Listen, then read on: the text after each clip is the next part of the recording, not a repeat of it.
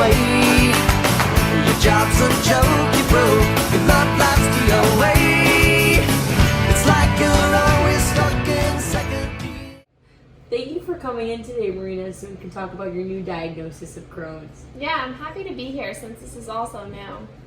Well, why don't we get started? First, let's go over the pathophysiology or the functional changes of your body. With Crohn's disease, it can affect any portion of the gastrointestinal tract, but it's most common in the terminal ileum, which is the ending portion of your tract, and in the colon. The disease is transmural, meaning it can affect all layers of the bowel. So what does my GI tract look like with this disease? Well, it is not uniform in appearance and is recognized for having skip lesions with normal appearing bowel between lesions. These lesions can cause deep ulcerations between the layers of the tissue, which creates a cobblestone appearance. Why is my digestion different than other people's? When the small intestine becomes inflamed, the intestine has less of an ability to fully digest and absorb the nutrients from food. The degree of which digestion is impaired depends on how much the small intestine is damaged. These nutrients and unabsorbed bile salts can then enter the large intestine.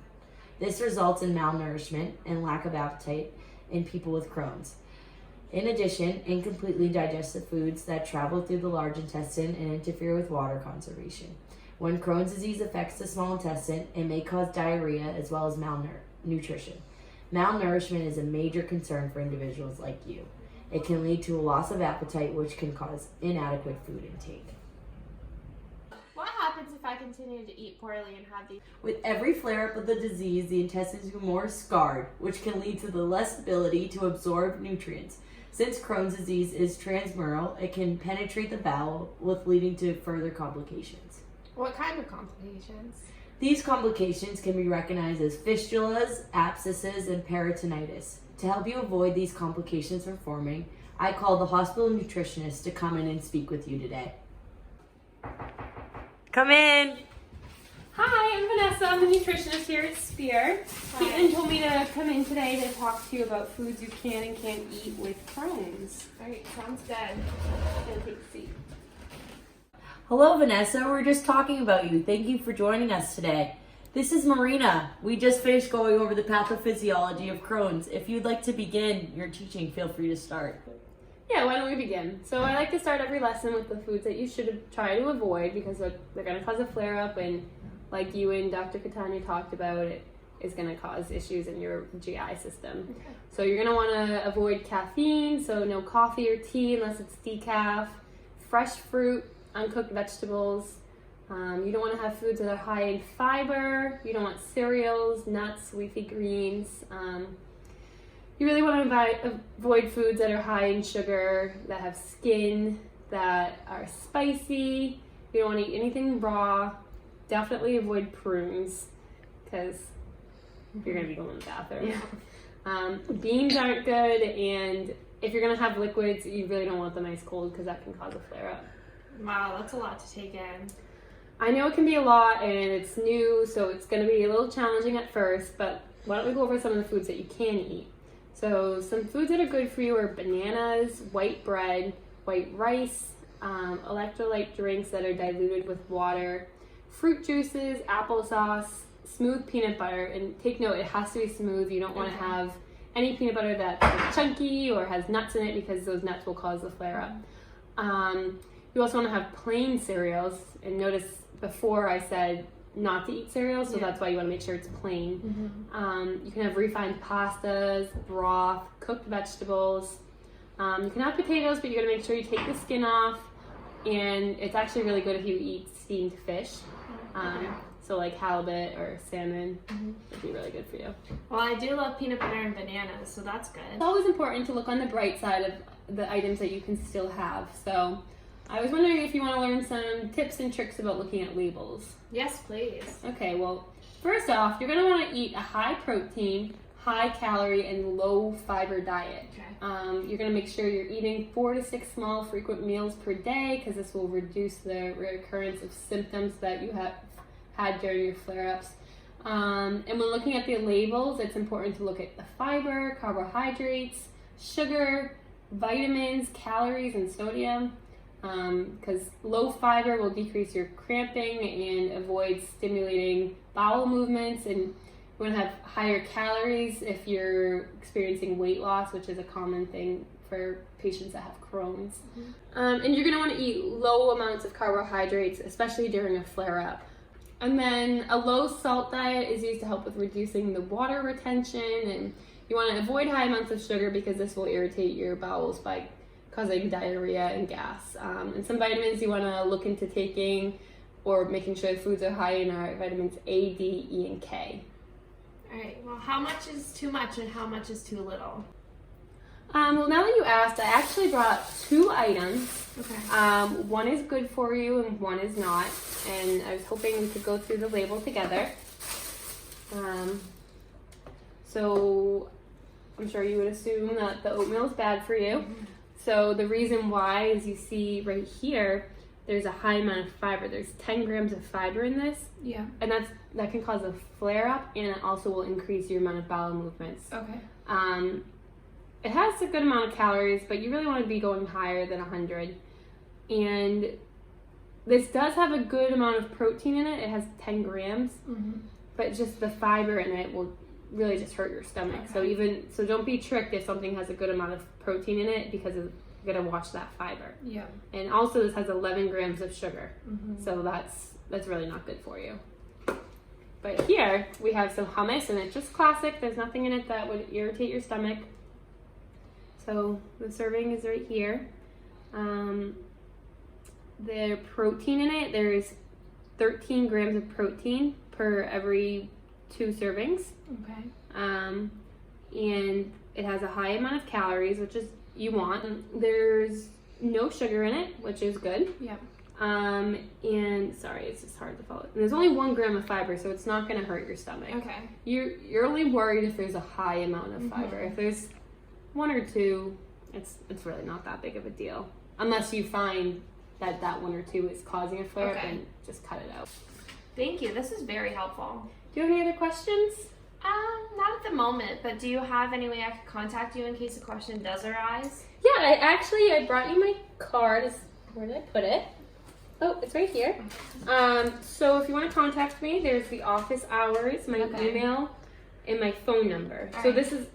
keep in mind, this is my work number. So if you want to contact them on the weekends when I'm not here, the best way to reach me is email. Okay, sounds good. But I'd be happy to answer any questions that you have. All right, awesome. Thank you so much. Have a great day. You too. So happy you got to meet our nutritionist, Vanessa. So now that you went over the nutrition, let's talk about some signs and symptoms you may experience during a flare-up. So the diarrhea is less severe than in ulcerative colitis. The stools are soft or semi-liquid.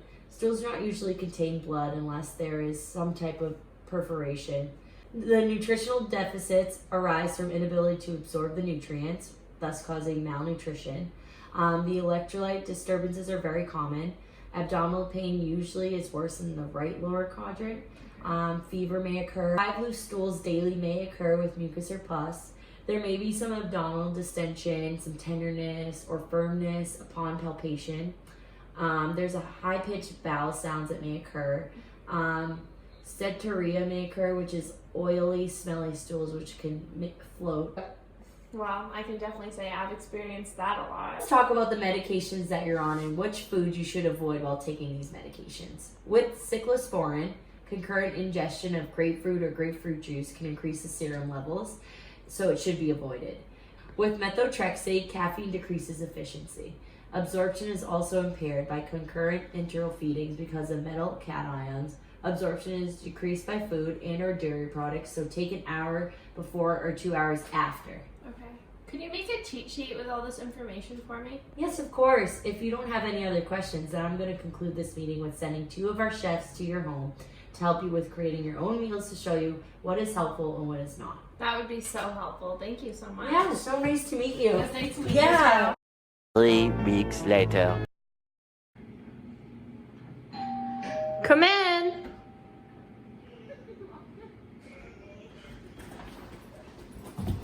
Hi, I'm Caitlin and I'm from Crohn's and Colitis Foundation. I'm Vanessa. I'm from WebMD. We're here and we're going to show you how to cook a meal for Crohn's disease today.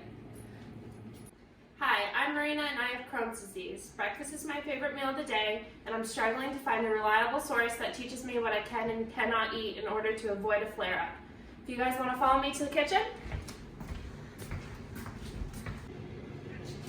Marina, I'm so glad you had us out today to go over some tips and tricks for how to cook with Crohn's disease. Yeah, why don't we get started? Alright, well I was thinking we could probably do some eggs for That's a great breakfast. Yeah. Yeah, high protein. Over here. Nice. You have a pan we could use? I do have a pan.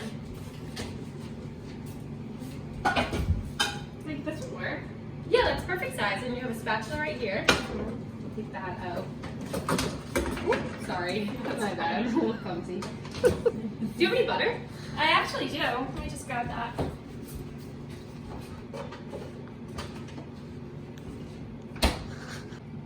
Stop! Your pan, you use almond butter instead because butter can cause a flare-up. That's why I always have to go to the bathroom after I use butter. Thanks for that tip. Of Let me grab some almond butter. I actually have it right in here. Nice. Well, there we go. If she can't use the butter, she can just add red pepper flakes. That's my favorite. Stop! Spicy foods will actually cause a flare-up. Let's use oregano instead. Oregano helps fight inflammation and actually is a great source of vitamin K and iron. That's a good idea. Let's try that instead. Here's some oregano right here. Well, Caitlin, if you think you know so much more about Crohn's because you're from Crohn's Colitis Foundation, then why don't you cook? Okay, notice that I'm actually not going to fry the egg because frying the egg causes a flare-up and it's higher in fat. And it irritates the bowels and causes gas.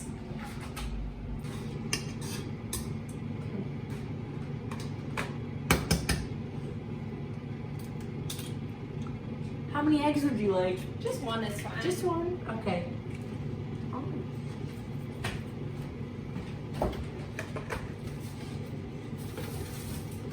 This sausage might be good with your eggs. Stop! If you're looking to add some extra protein, you should use sourdough and peanut butter instead, or avocado. What's this back then?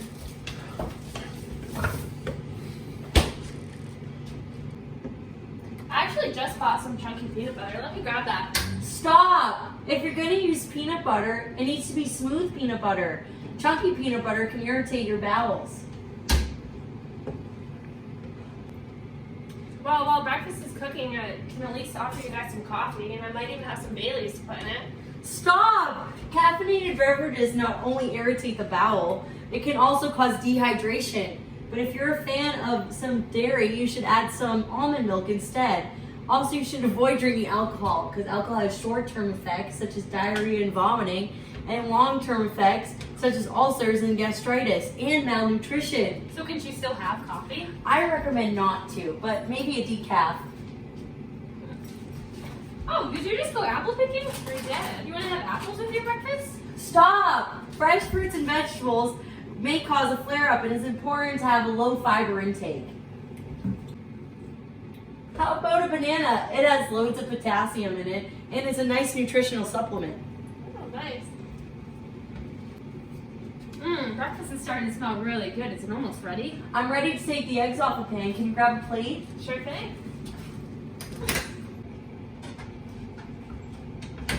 Here you go. Thanks for making Thank you. breakfast. Of course. Go. This is a nutritional breakfast that shouldn't cause any flare-ups. Awesome. Enjoy. Thank you. This looks great. Yeah. Wow, this was the first meal that I was able to sit through without having to get up in the middle of the meal to use the bathroom. Thank you guys so much for coming out to teach me what I can and can't eat when I'm having a flare-up. However, I am still worried about something. I'm kind of worried about how I'm going to be able to afford such a restrictive and specific diet, and I was wondering if you guys had any tips for me. I would recommend buying generic brands and canned vegetables and non-perishables and hydrating mainly with water. Also purchasing eggs. They're a great source of protein and very inexpensive. Meal prep and planning may also help you, and storing your produce properly is also a good key. This will minimize your food waste, and also keeping a food journal to track your triggers and anything that upsets your stomach. And this will also help you save money when you shop, so you aren't wasting money when you're buying foods that upset your GI. Wow, with all those tips, this kind of seems doable. Well, Great. thank you guys again. I'll show you to the door. Oh yeah, thank you. Yeah, have a great day. What a beautiful home. Thank you. Hi, my name's Marina, and this video is Crohn's approved. Be there for